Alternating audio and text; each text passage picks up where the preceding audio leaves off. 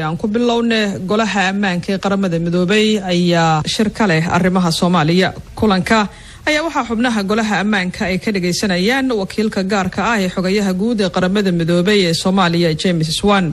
Wariyaha VOA-da Maxamed Colaad Xasan oo shirkaasi isha ku haya ayaa warbixintan kooban inooga haya.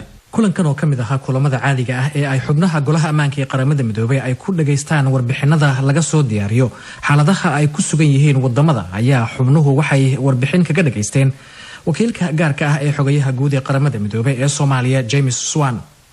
waxaa kaloo warbixin laga dhageystay madaxa howlgalka midowga Afrika Ambassador Francisco Maidera. Mr. Swan ayaa golaha u faahfaahiyay warbixin uu xafiiska qaramada midoobay ee Soomaaliya ka soo diyaariyay xaaladda Soomaaliya oo eegaysa dhacdooyinkii siyaasadeed kuwii amni iyo dhaqaale ee Soomaaliya laga soo bilaabo 4 bishii May ee sanadkan ilaa iyo 4 bisha August. Mr. Swan ayaa sidoo kale ka hadlay shirka Dhuusamareeb. waxa uu sheegay in hanaanka wadahadalka uu yahay xalka kaliya ee looga gudbi karo caqabadaha siyaasadeed ee hadda hor yaala Soomaaliya gaar ahaan doorashada. waxa uu yiri madaxweyne Farmaajo iyo 3 kamid ah madaxda maamul goboleedyada ayaa ku noqday shirka Dhuusamareeb si loo sii amba qaado wixii lagu heshiiyay shirkii hore.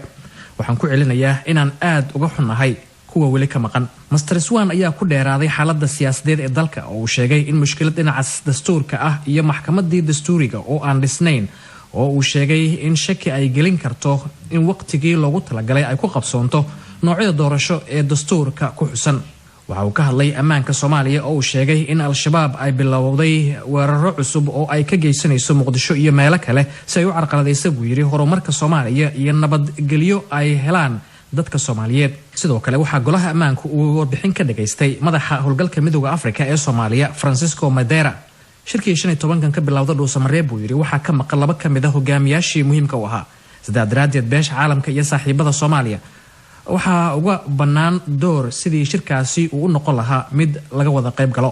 labada mas'uul ayaa sidoo kale soo hadal qaaday wadahadaladii Soomaaliya iyo Somaliland ay ku yeesheen dalka Djibouti iyagoo booriyay in la sii amba qaado